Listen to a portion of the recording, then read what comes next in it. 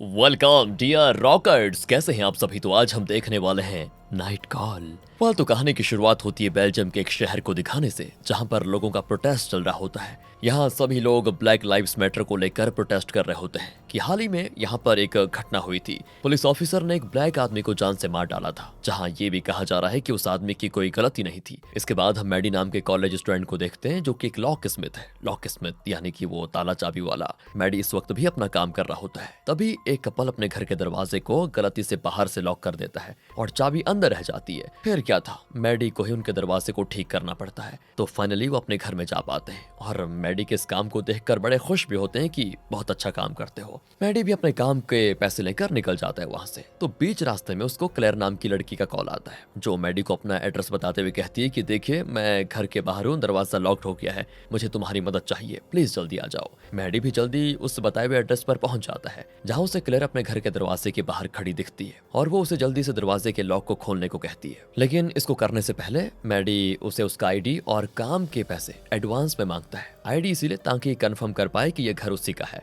जवाब में क्लेयर कहती है कि देखिए, मेरा नसीब ही खराब है, मेरी आईडी और वॉलेट दोनों घर के अंदर है, तो अगर एक बार दरवाजा खुल जाए तो मैं तुम्हें दे दूंगी दोनों। ये बात है क्लेयर इतने भोले चेहरे से कहती है ना कि मैडी को कुछ भी गलत होने का शक नहीं होता और वो दरवाजे के लॉक को खोल लेता है। जिसके बाद क्लेयर अंदर जाती और कुछ देर के बाद बाहर आकर कहती है कि जरा मैं नीचे आ रही हूँ, बिल्डिंग के नीचे एटीएम है, तो वहां से तुम्हारी पेमेंट के लिए कैश लेकर आती हूँ, तब तक तुम अंदर इंतजार करो। मैडी क्लेयर की बात मान लेता है और अंदर चला जाता है। लेकिन काफी देर के बाद भी क्लेयर वापस नहीं लौटती और फिर अचानक से क्लेयर को मैडी का कॉल आता है। वो उसे कहती है कि मुझे माफ कर देना, जहां अभी तुम हो वो मेरा घर नहीं है, जल्दी से वहां से निकलो, इससे पहले कि उस घर का मालिक वापस आ जाए। ये सुनकर मैडी सोचता है कि ये औरत पागल है क्या, और सोच कर वो टेंशन में आ जाता है कि क्या करूं। वो उस घर से निकलने वाला होता है कि तभी उसे सामने उस घर का मालिक नजर आता है, जो मैडी को देखकर उसे चोर समझ लेता है और बहुत ही बुरी तरह से उसे मारना पीटना शुरू करता है। वो मैडी को इस तरह मारता है कि जैसे वो आज उसको मार ही डालेगा।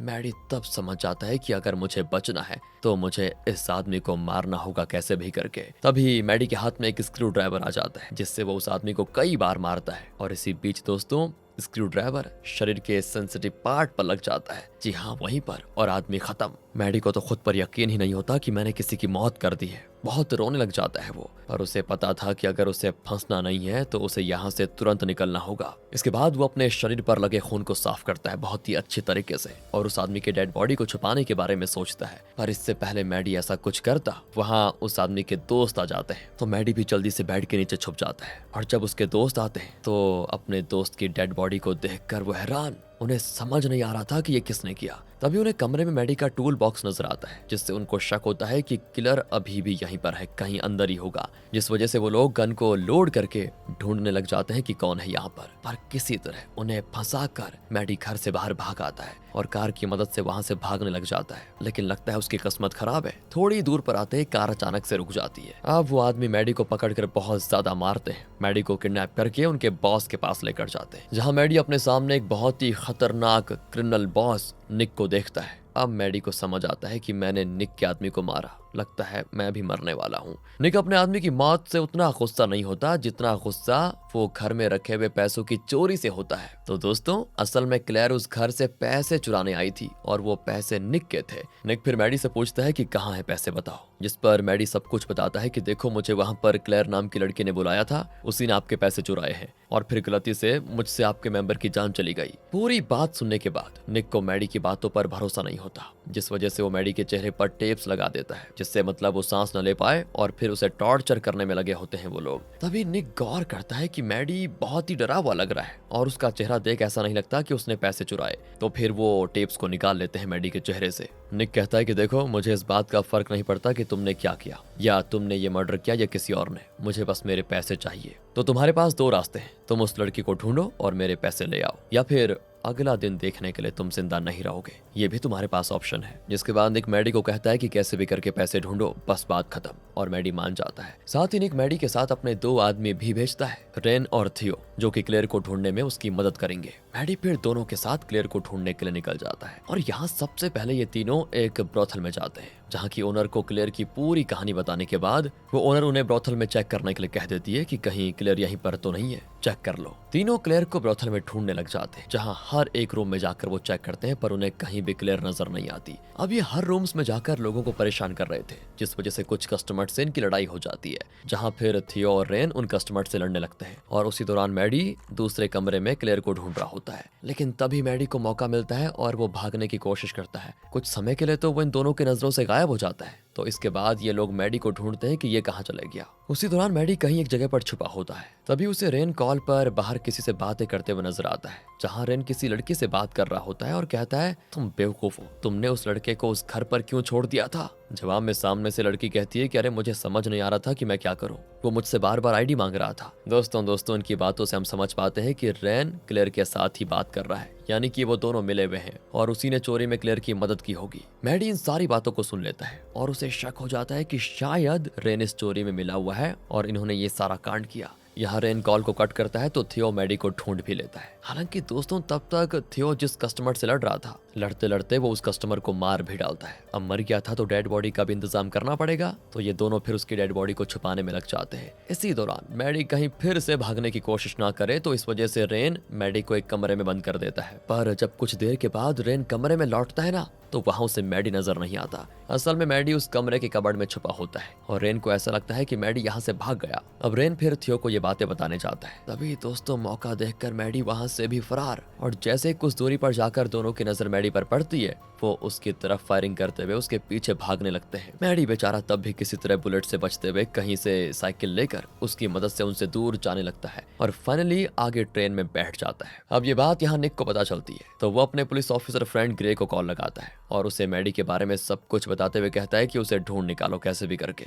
दूसरी ओर मैडी को किसी का कॉल आता है, जहां सामने से उसे क्लेयर की आवाज आती है दोस्तों, पर मैडी कोई जवाब नहीं देता। कॉल कट हो जाती है। अब मैडी फिर गौर करता है कि उसके पास रेन का फोन आ गया है। उसी वक्त दोस्तों क्लेयर का ही कॉल आ जाता है, यानी कि रेन क्लेयर को जानता है। इसी बात का फायदा उठाते हुए मैडी रेन के फोन से क्लेयर को मैसेज करता है कि देखो जितने भी पैसे तुमने लिए हैं उसे लेकर बताए हुए क्लब में आ जाना। जवाब में क्लेयर हाँ कहती है। कुछ देर के बाद मैडी क्लब पहुंच जाता है और वहां पर क्लेयर के इंतजार में होता है, पर मैडी ने जितना सोचा था क्लेयर उससे ज्यादा चालाक निकली। क्लेयर को पता था कि रेन का फोन मैडी के पास है और वही उसे बुला रहा है। इसी वजह से क्लेयर ने पहले ये बात रेन को बता दी थी और वो क्लब में खाली बैग के साथ आई जिसमें कुछ पैसे नहीं थे। हालांकि तब तक रेन क्लब नहीं पहुंचता और मैडी क्लेयर को पकड़कर बेसमेंट में चेयर से बांध देता है और तभी वो शॉक भी होता है कि बैग में तो कुछ है ही नहीं। उसे और गुस्सा आता है। मैडी फिर उससे गुस्से में पूछता है कि पैसे कहाँ पर है। क्लेयर उसे बताने से मना कर देती कि नहीं बताऊंगी।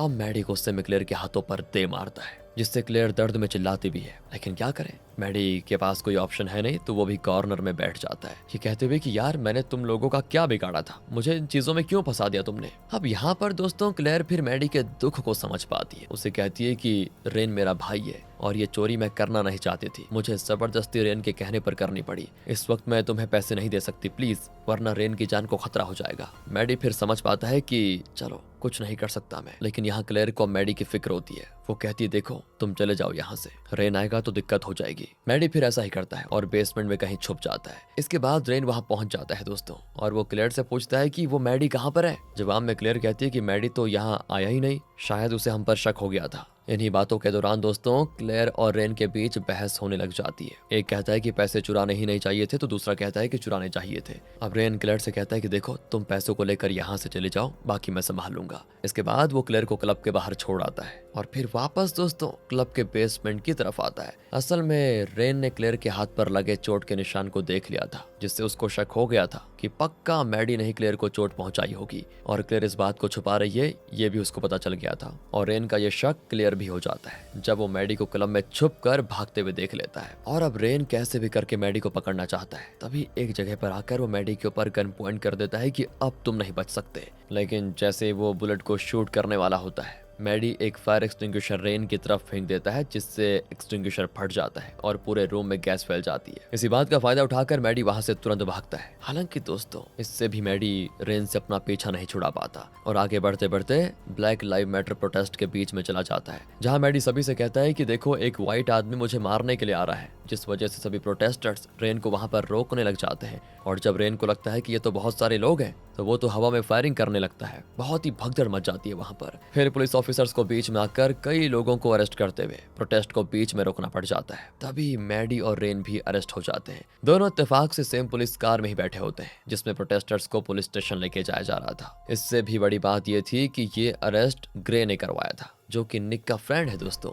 और ग्रे ये बात कॉल करके निक को बता भी देता है कि मैडी को पकड़ लिया गया है। जैसे ही निक को इस बारे में पता चलता है, वो बीच रास्ते में ही पुलिस कार का एक्सीडेंट करवाकर सभी ऑफिसर्स को मार डालता है और वहां से रेन और मैडी को मेन हेडक्वार्टर में लेकर आ जाता है, जहां होश में आने के बाद मैडी के सामने निक बैठा होता है, जो उसे कहता है कि बताओ पैसे कहाँ पर है तुरंत। मैडी फिर रेन की तरफ देखते हुए कहता है कि आपके पैसे रेन के पास है, उसी ने चुराए। लेकिन खुद को बचाने के लिए, खुद को डिफेंड करते हुए रेन कहता है कि अरे ये झूठ बोल रहा है, ये हमारे बीच में दुश्मनी डालने की कोशिश कर रहा है। अगर ये बात सच है तो इसका क्या प्रूफ है। निक अब इन बातों से कंफ्यूज हो जाता है कि कौन सच बोल रहा है, लेकिन उसका शक अब रेन पर भी चला गया था। हो सकता है मतलब। निक फिर मैडी से इस बारे में प्रूफ मांगता है। ना चाहते हुए भी मैडी को ये बताना पड़ जाता है कि सभी प्रूफ रेन के फोन में है। जिसके बाद निक रेन से उसका फोन लेता है और बड़ी हिचकिचाहट के साथ रेन निक को अपना फोन देता है, क्योंकि उसने गड़बड़ी की थी। फोन में चैट्स पढ़ने के तुरंत ही बाद निक को समझ आ जाता है कि ये चोरी रेन ने करवाई है। रेन ने तो क्लेयर को ये भी लिखा था कि कल सुबह 6 बजे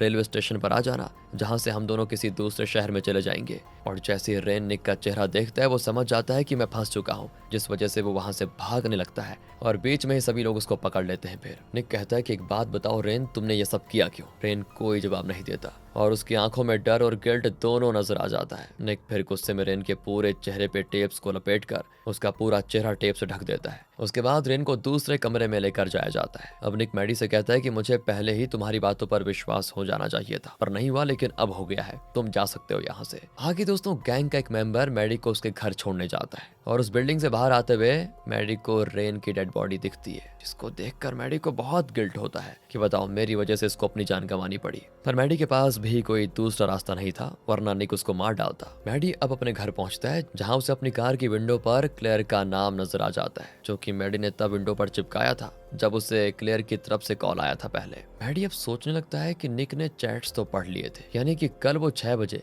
क्लेयर से पैसे लेने के लिए जरूर जाएगा और क्लेयर को कहीं वो मार ना दे। साथ ही क्लेयर को इसके बारे में कुछ पता भी नहीं है कि यहाँ पर क्या हो गया। अब मैडी फिर टाइम को देखता है और कुछ ही देर में 6 बजने वाले होते हैं, जिसको देखकर मैडी बिना अपनी फिक्र किए क्लेयर को बचाने के लिए रेलवे स्टेशन की तरफ जाता है, जिस दौरान वो बहुत स्पीड में कार चला रहा होता है। तभी दोस्तों वहाँ पुलिस ऑफिसर्स ओवर स्पीडिंग के लिए उसके पीछे पड़ जाती है। दूसरी तरफ क्लेयर रेलवे स्टेशन पर पहुंच चुकी थी और रेन के इंतजार में थी, पर उसकी जगह निक और थियो स्टेशन पहुंच चुके होते हैं, जहां दोनों ही बस क्लेयर को पकड़ने के इंतजाम में है। मैडी उस वक्त स्टेशन के करीब पहुंच जाता है, पर बहुत ज्यादा स्पीड होने की वजह से उसकी कार का हो जाता है एक्सीडेंट। लेकिन चोट लगने के बाद भी वो किसी तरह स्टेशन पे भागते हुए चला जाता है। उसके पीछे पुलिस ऑफिसर्स तो होते ही हैं। तब मैडी देखता है कि क्लेयर कुछ दूरी पर सामने खड़ी है, वहीं थियो उसकी तरफ बढ़ रहा है, उसको मारने जा रहा है वो। मैडी फिर जोर से क्लेयर का नाम चिल्लाता है, उसे बचने के लिए कहता है, लेकिन तभी क्या था, पुलिस ऑफिसर्स मैडी के पैरों पर शूट कर देते हैं, ये सोचकर कि मैडी पक्का कुछ गलत इरादों से स्टेशन पर आया है। हालांकि तब तक क्लेयर समझ जाती है कि मैं खतरे में हूँ,